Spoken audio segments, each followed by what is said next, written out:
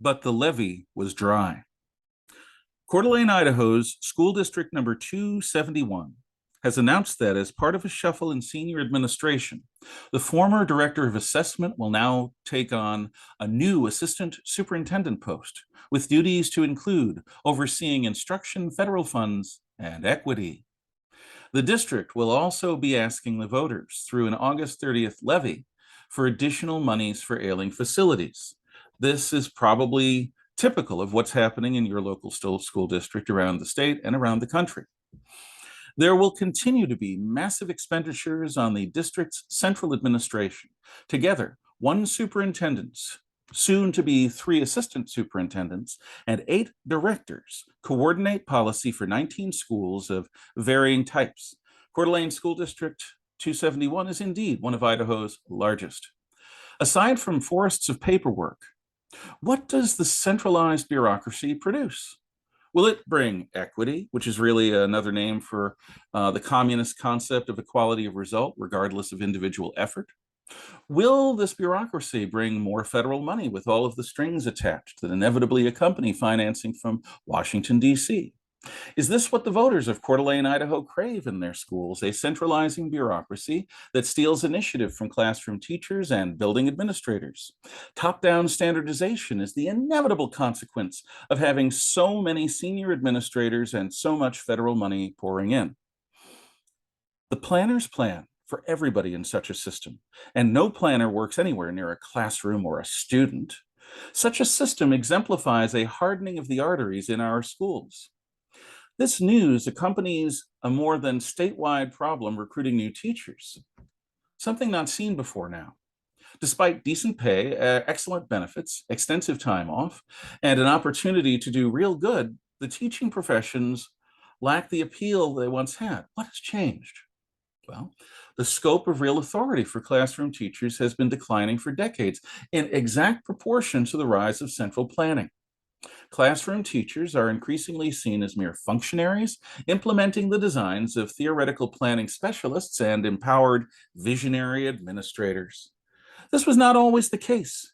Teachers were once treated as skilled professionals who made most of the important choices in their classrooms.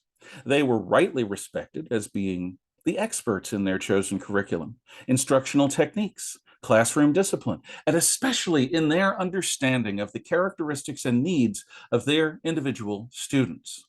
Under loose supervision, empowered teachers designed curricula, innovated new lessons, made a fair number of mistakes, and adjusted accordingly to develop the best methods for themselves and their students year by year.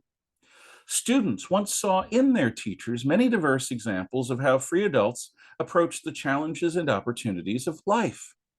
Teachers had the time and freedom to independently hone their craft, while also offering wisdom and life lessons to each interested student. Teachers, as well as school principals, worked with troubled students whom they came to personally know and understand. Discipline was used to teach that destructive choices consistently led to fair punishment. Students saw that everyone concerned cared enough to get involved and help them to earn success. All of this was understood as being art, not science. Acculturating young people to become healthy, productive, and independent citizens was more about common sense, character, and trust than it was about any pedagogical theory or methodology. Such schools required minimal supervision, limited paperwork, and no top-down ideological vision. The structure of school organizations allowed for each person to learn how to make their optimal contribution. Today, a cult of the central planner has taken hold. Theoretical specialists purport to have answers to all of the problems of the human condition. They tout the inherent superiority of their data-driven decision-making, common assessments, prepackaged curricula, and social and emotional manipulations.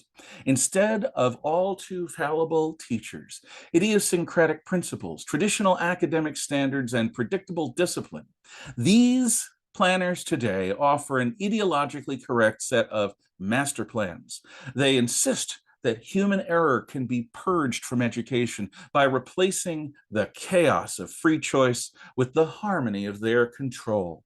Does this sound at all familiar? A theory about the perfectibility of both human nature and society through the centralized regulation of choice? Our district leaders are good and able people, but they have completely lost sight of their own unreflected upon institutional biases. The system has devoured them. There is no real reason why Coeur d'Alene, Idaho School District 271 could not work towards a decentralizing model for their organizational structure.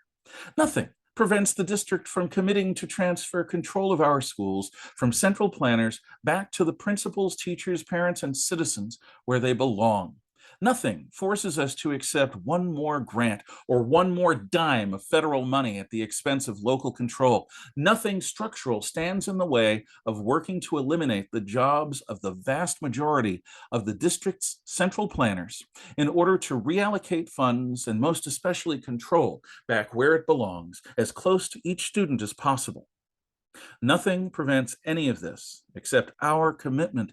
If we awaken as an electorate and recognize what has gone wrong with our schools and how to fix them, we can restore an education fit for flesh and blood human beings.